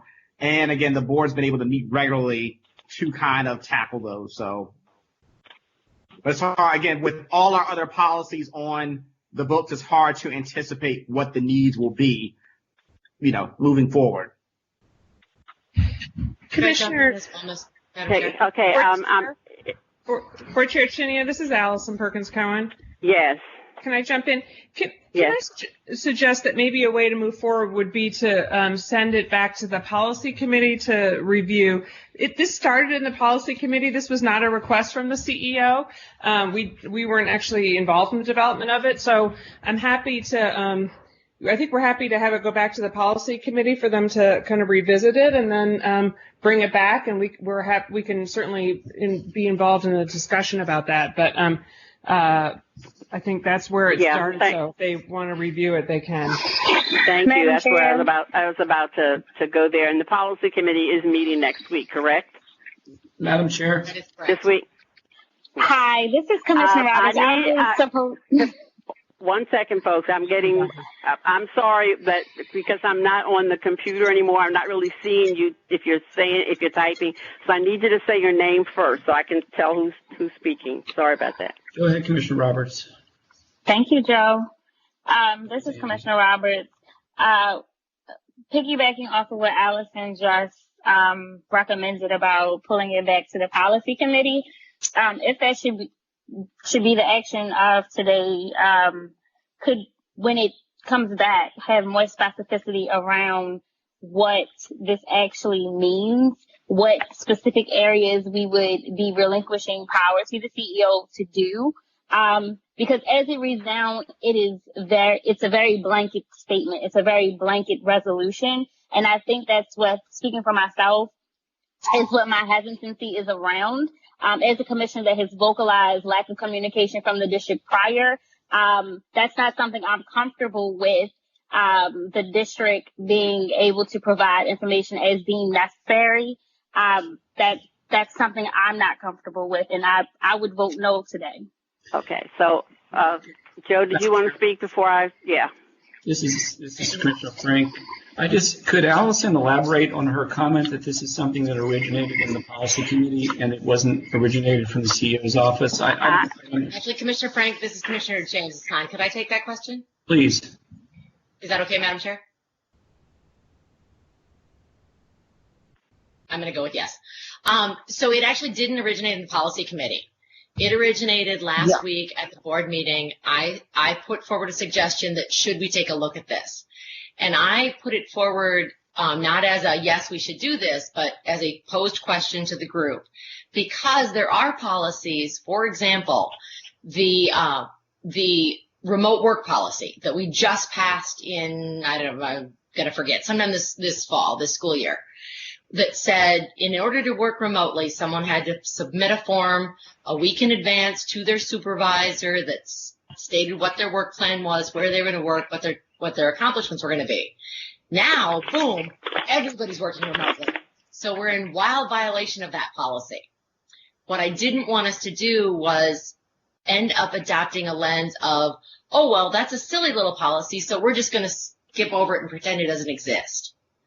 My impetus for putting forth the question of should we consider something like this was so that we aren't just flagrantly saying, well, of course it's easy to just dismiss a remote working policy, when in fact, once we start doing that without some sort of glue that says, okay, those kind of policies that are sort of, I don't want to call them trivial, but they're certainly less significant than getting, food safety, security, and content to students, so that the superintendent didn't have to come to us with every little thing like that. So with that, I will step back off. I'm really appreciating the discourse, and happy to put this back on the agenda for the policy committee on Wednesday. Okay. So, hearing the suggestion and just by virtue of the discussion, we're going to ask the policy committee to take a look at this on Tuesday. And if we need to do a special meeting, then we'll look at this. We'll bring this back to the board. If there are no other problems with that, I'm going to move us on our agenda. And Dr. Santelises, it's time for CEO comments. Thank you, Board Chair Chinya, and thank you, everybody. So I would like to invite Chief Grant Skinner for this evening's PEP agenda. Thanks. Good evening, commissioners and Dr. Santelises. We have two appointments this evening. First, Dwight Freeman, currently assistant principal at Paul International High School, is appointed principal at a location to be determined, effective July 1st. And second, Christopher Kelly, principal at Monroe High School, is appointed principal at a location to be determined, also effective July 1st. Thank you. Thank you, Chief Grant Skinner. And just to further give some information on both Mr. Freeman and Mr. Kelly. Dwight Freeman is returning to city schools from Paul International High School in Washington, D.C., where he served as the assistant principal of instruction. In previous years, he served as an assistant principal of instruction, a dean of students and instructional coach with the District of Columbia Public Schools. As a native of Montgomery, Alabama, Mr. Freeman began his career as a middle grade science teacher and previously taught for years at our own Guilford Elementary Middle School. He holds a bachelor's degree from Alabama State University, a master's degree from Auburn University, Montgomery, and an administrative certification from Coppin State University. Christopher Kelly comes to city schools from the University of North Carolina at Greensboro, where he is a continuing doctoral student in the Education Leadership and Cultural Foundations program. Mr. Kelly has served as principal of Central Middle School in Whiteville, North Carolina, and as principal of Monroe High School, where he led MHF to obtain exceeded growth status in a traditionally low-performing school with over 1,100 students in the urban outskirts of Charlotte, North Carolina. Mr. Kelly began his career in education as a social studies teacher in Durham, North Carolina, and he earned both his bachelor's and master's degrees from the University of North Carolina at Chapel Hill. We want to welcome them both to the Baltimore City Schools team. Now, with regard to my remarks for this evening, one of the things that I don't think we can say enough is just how encouraging it has been to see the Baltimore City schools community really come together in the previous weeks as we face a once-in-a-generation type challenge, like the current COVID-19 challenge, the kind of whole state, whole country shutdown of schools, I have to say I could not be prouder of how our families have stepped up, our young people are engaging, our educators, as was noted earlier by our BTU partners, have stepped up. Our principals have just been outstanding in terms of their leadership of their school communities, and our central support team has really been working in many cases endless hours to support the work going forward. And I really cannot say thank you enough. I also want to highlight our frontline workers, the folks who, while many people are able to work from home, their work requires them to be on the front line, like our school police officers who are assisting in supporting social distancing, like our school custodians and operations teams and 21st century teams that are making sure vital HVAC projects, buildings that need to be sanitized and cleaned can continue. And then I just have to say, I am constantly, never cease to be amazed by our absolutely fearless and dedicated food and nutrition staff who are on the front lines literally daily, making sure that our young people eat, making sure that our families have access to food in this vital time. I appreciate our partnership with the city. I want to thank Mayor Young and the many agencies from Rec and Parks to the Office of Family and Children for coming alongside us. I also want to thank partners like Maryland Food Bank and others, our local politicians who have joined within their neighborhoods to make sure that our young people and families get fed. And at the same time that I am immensely proud of all that we have done, I do not want to underestimate the fact that we are frankly only probably through the first half of the first quarter of a very long game that we are playing that is not necessarily a game in terms of its importance, but a game in terms of the need to be able to look down the line, to be able to learn rapidly. We still have more young people to meet, more young people to connect with. Teachers, social workers, guidance counselors are listing yeoman's amount of outgoing communication and connection, but still we need to look forward. Over the next coming months, we are soliciting feedback. I have a community meeting coming up this week, and really say, quite frankly, that I'm encouraged, but I am also stealing and encourage us all to steel ourselves for the remainder of the time that we are going to need to band together. And I will say this, that whenever we hear from our state superintendent and our governor about next steps beyond April 24th, I don't know for certain what that will be. That is not my role, nor is it our local board's role.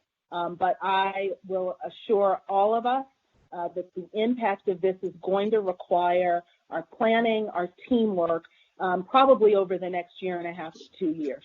And that being said, because young people being out of school has an impact. And we know from some of our most vulnerable young people in the district all the way to my 3 daughters who now, unfortunately, have to have me butting my nose into their schoolwork.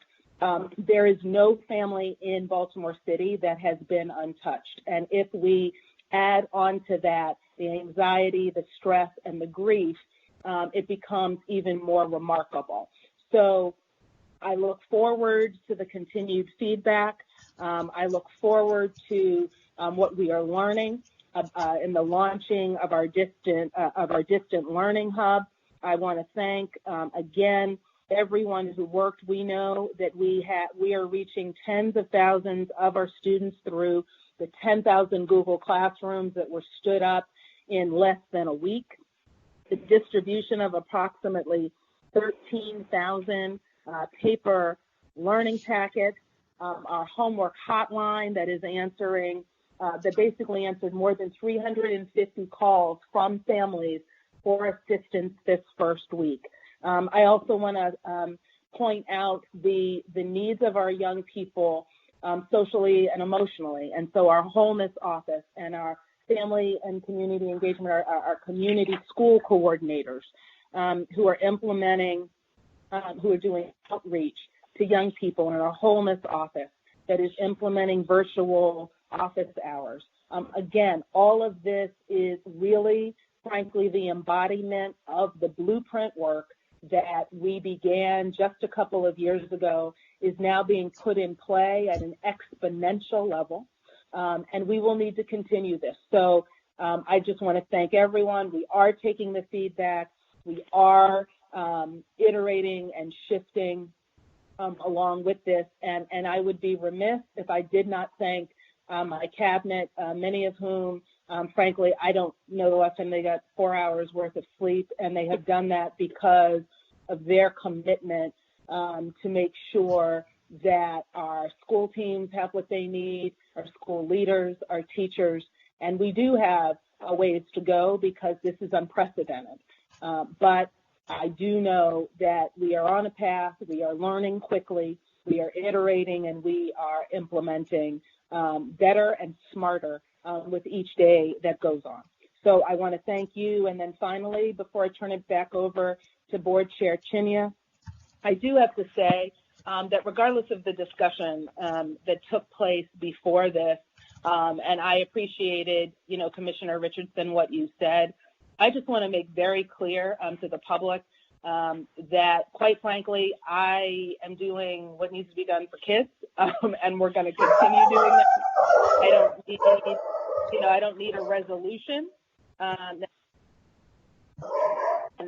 but I do appreciate the forthrightness of the discussion and think that it was absolutely the appropriate discussion. But we are going to continue to do what is necessary for kids and families, and that's what the board has charged me to do. And I want to thank the board for your support and that your leadership at this time, asking the right questions, asking the questions about now, and the questions as we move forward. So with that, I will turn it back over to Commissioner Chinya and say thank you and just remind everyone we have a long road to go, long after April 24th comes and goes.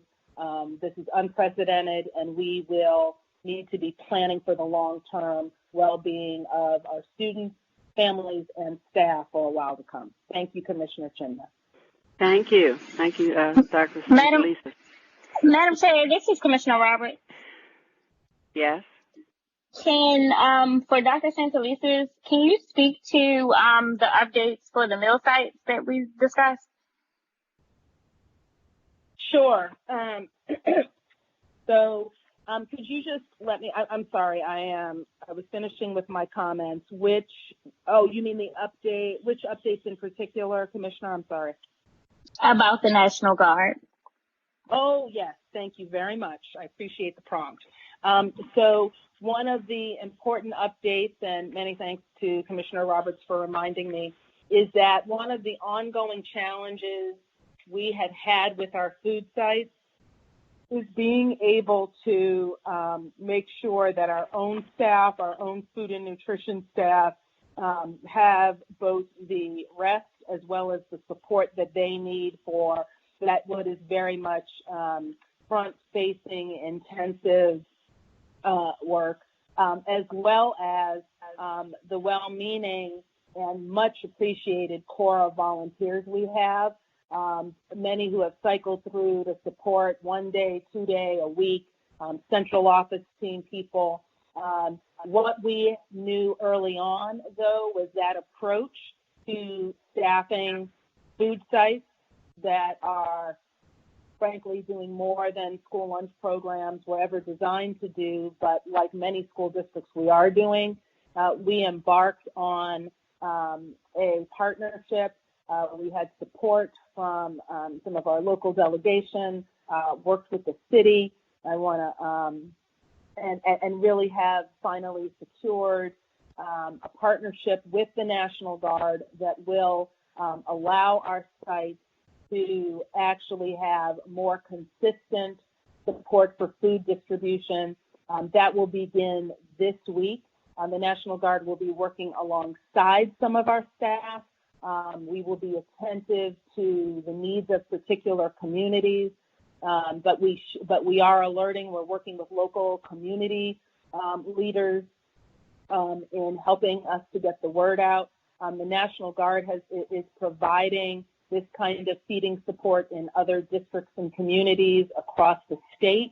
And frankly, we are very appreciative of their support because it does enable us to strengthen a true continuity of support. So, and to make sure that we can continue, frankly, to make sure that Baltimore's children and families get fed. But the National Guard will be transitioning in to play a much larger role in supporting the feeding efforts across the 18 sites within the city. Commissioner Roberts, anything else on that? I'm sorry, it was an echo. What did you say? I just wanted to know if there was anything else you wanted me to. Oh, no. I just wanted to make sure that we were able to offer the information on the public call. Absolutely. All right. Commissioner McFadden, were you going to ask something? Commissioner Chenya, thank you, Dr. Santelises, for your comments. As a teacher who is still in the K through 12 setting, actually in the middle school setting, this period of time is quite overwhelming, this transition for all of our practitioners and stakeholders and folks that are working within any school system. So I definitely want to chime in and just say thank you to all of the folks that, regardless of how overwhelmed they feel, they're still fighting and doing their absolute best to make sure that our children are well. And with that, Madam Chair, Commissioner Chenya, a voice that has not been as present in our discussions is the voice of our student commissioner. And I think that it is vital to hear the perspective of our student commissioner who is actually working. He is working and maintaining his school studies. And I think that it is important to hear the perspective of a citizen of Baltimore that is in that position, but also one of our students that is dealing with the effects of a bunch of adults making decisions for them. So, Madam Chair, I would like to, if you would allow Commissioner Lynn to actually just give us his perspective on how he's doing right now, how our students grappling. He's a junior, and so we're prioritizing technology to juniors and seniors right now, as Dr. Santelises said earlier, but it would be interesting and I think healthy for our board to actually hear his perspective while we're meeting right now. Commissioner Lynn, you have the floor. Thank you.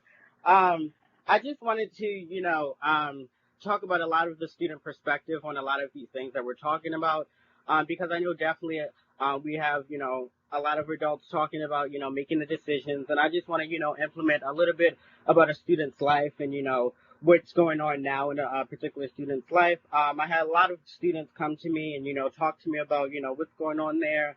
And I have, a lot of people from a lot of different schools that I talk to and communicate with. And one thing in particular that's been an issue for students is that, as we know, a lot of parents are laid off from their jobs. They don't have, adequate funding to supply for their family. And then what happens is that we have students that already have jobs, and they're trying to pick up those extra shifts, and they're trying to pick up those, shifts because they're essential people. Technically, they'll be in the fast food restaurant or wherever they are. just trying to ultimately provide for their family, which ultimately can become a very big burden and a very big responsibility.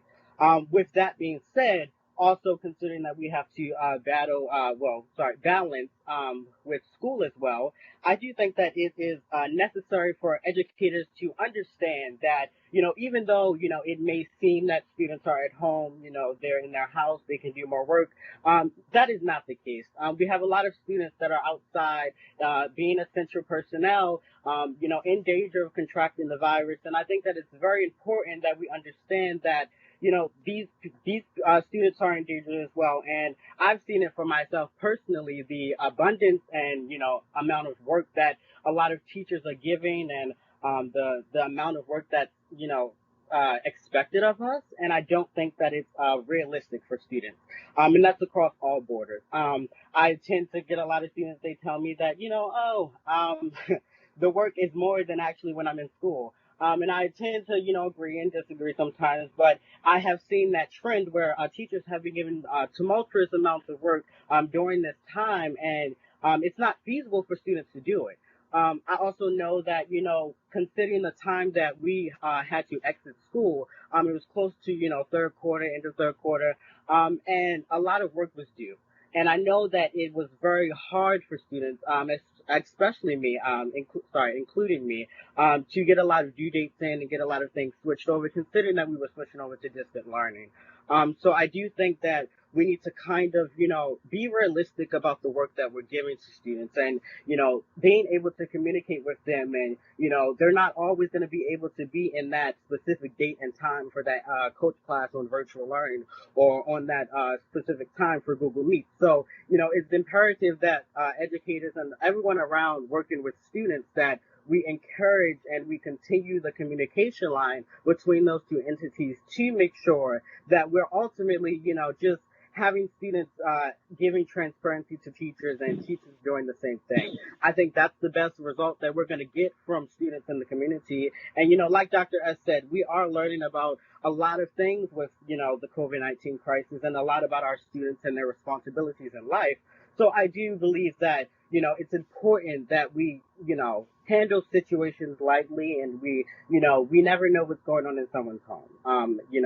Equity is very important, and equity is, different for every single type of person. So we have to understand that, we have to necessarily tread lightly when we're talking to specific people, and specific families as well.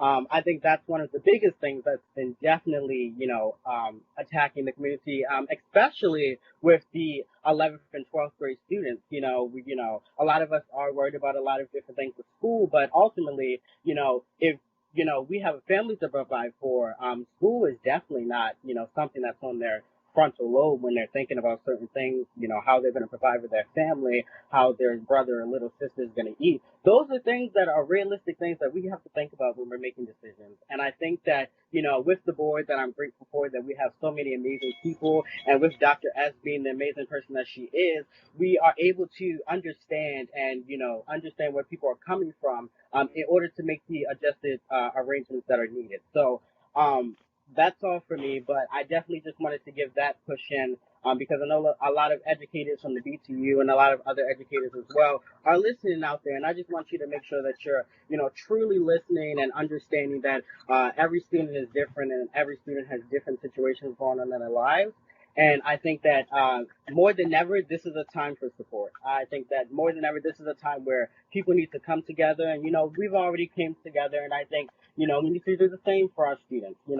Especially for our higher grade students, where they have jobs, and they're looking out for their families. So that's all. And thank you, Commissioner McFadden, for giving me the floor. And this is Bundima.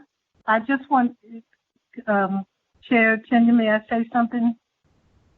Go right ahead. Okay, I just want to say, Commissioner, that was a very eloquent way of saying how you're doing such a wonderful job. And I am sure the board would like to say thank you for the time and the energy and the knowledge that you pour to our board. Thank you so much. Yes. Thank you, Commissioner Lynn. And hopefully everyone is listening to what you said. This this is an unusual time, and so we have to do things in unusual ways and be flexible. So thank you for reminding us all of that. No problem. Okay. If there's nothing else, I want to remind people of upcoming meetings. Operations Committee will be meeting. These are virtual meetings, but I know that there are call-in numbers if public would like to listen in and be a part of them. Operations Committee is Tuesday, April the 21st at 10:30 a.m. Policy Committee, Tuesday, April the 21st at 3:30 p.m. The board, Teaching and Learning, will have a meeting on Tuesday, May the 5th. And then the next board meeting will be on Wednesday, April the 29th. And this is a different day because when this was originally scheduled, it was scheduled around election time. So we didn't change that particular date on the calendar. So Wednesday, April the 29th. And Commissioner Chin, this is Christian. I just wanted to add one point. Yes. Sure. Just that we did this confirm a special board meeting for next Tuesday as well, but that was confirmed after the schedule was posted. Just to remind the public about that. Okay, and that's the 21st. Okay. At 5:30. All right, at 5:30. But that is an executive session. That'll be a special public board meeting. I'm sorry. Yep. Is that one? That's a board meeting? Mm-hmm. Okay. Thank you. Madam Chair, this is Commissioner Roberts. Don't kill me, but I would be absolutely remiss if I didn't give a shout out to the CCAC team and to the special education team as well. Yesterday's CCAG virtual meeting was beautifully orchestrated. It was very informative and very, very, very organized. So I didn't want this call to end without me giving them a shout out and a kudos to them. Thank you. I want to, before asking for a motion to adjourn, I want to this is really to everyone, to the staff, to the teachers, to the central office folks, to our partners, to the board, CEO, anyone who's listening. I want to end with a portion of something that I actually saw from a parent, and it really, I think I want to share this with all of you because I think everyone is really showing this. And this is a parent who says, please don't worry about what you're doing for our kids. You've already taught them the things that I worry about them getting out of school. This is from a parent's perspective. You've taught them that people are flexible. They adapt to new things. You've taught them that people will show up for them even when it's hard. You've taught them that communities work together for the greater good. You've taught them that the world is a good place, that even when circumstances are scary, people are good. You've loved them enough to be there, and that's all any of us can do. Love each other through all this. And so, folks, I'm going to say to you all, as this parent said, that we're going to be okay. Our kids are going to be okay. Please continue to take care of yourselves, and we will continue to figure out how to do this thing called education in a new way in this new time. Is there a motion to adjourn tonight's meeting? So moved, Madam Chair. Beautifully done, by the way. Thank you. This is Commissioner McFadden. Yes, ma'am. Is there a second? Thank you. Yeah, Richardson. Okay, I'm going to do this the opposite way. Is anyone opposed to that? Anyone abstaining? If not, the meeting is adjourned. Good night, everyone. Have a good evening, and please take care of yourself.